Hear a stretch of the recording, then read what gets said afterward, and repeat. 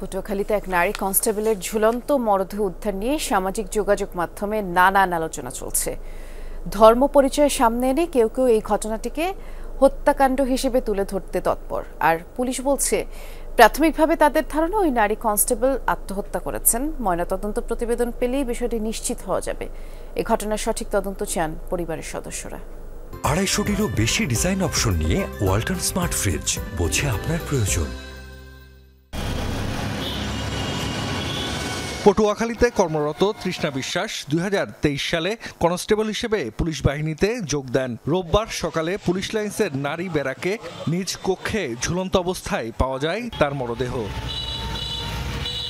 ঘটনাটি আত্মহত্যা নাকি হত্যা এখনও মেলেনি ময়নাতদন্ত প্রতিবেদন।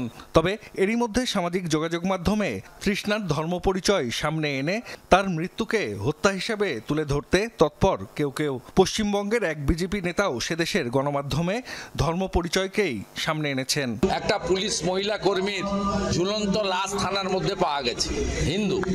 তৃষ্ণার মৃত্যুর ঘটনার সঠিক তদন্ত চান পরিবারের সদস্যরা। ভাতও রান্না করছে, আলু সেদ্ধ ভাত রান্না করছে, সেই ভাতও খায় না।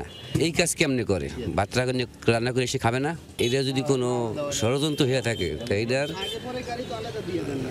জানি একটা সুবিচার পাই, এই যে দেশবাসীর কাছে কামনা। বাগ্নিকো তার ফিরে পাবো না, যাতে আমরা সঠিক তদন্ত সুস্থ বিচার পাই যদি কিছু কার মাধ্যমে হয়ে থাকে। পুলিশ বলছে 2 মাস আগে পরিবারের অজান্তে বিয়ে করেন তৃষ্ণা। মানসিকভাবে বিষণ্ণ ছিলেন তিনি। তার কক্ষ থেকে চিকিৎসকের প্রেসক্রিপশনও পাওয়া গেছে বলে দাবি পুলিশের। প্রাথমিকভাবে কর্মকর্তাদের ধারণা আত্মহত্যা করেছেন তৃষ্ণা। ঘটনাটি খতিয়ে দেখতে গঠন করা হয়েছে তদন্ত কমিটি। তদন্ত কমিটি একটা রিপোর্ট দেবে, আমরা পোস্টমর্টম রিপোর্ট পাবো। সব মিলিয়ে আমরা জানতে পারবো যে আসলে কি ঘটেছিল। তবে প্রাথমিক অনুসন্ধানে আমরা যেহেতু অনেক আত্মহত্যার ঘটনা দেখেছি, আমার কাছে এটা আত্মহত্যার ঘটনাই মনে হচ্ছে। তৃষ্ণার গ্রামের বাড়ি মাদারীপুরের ডাসারে।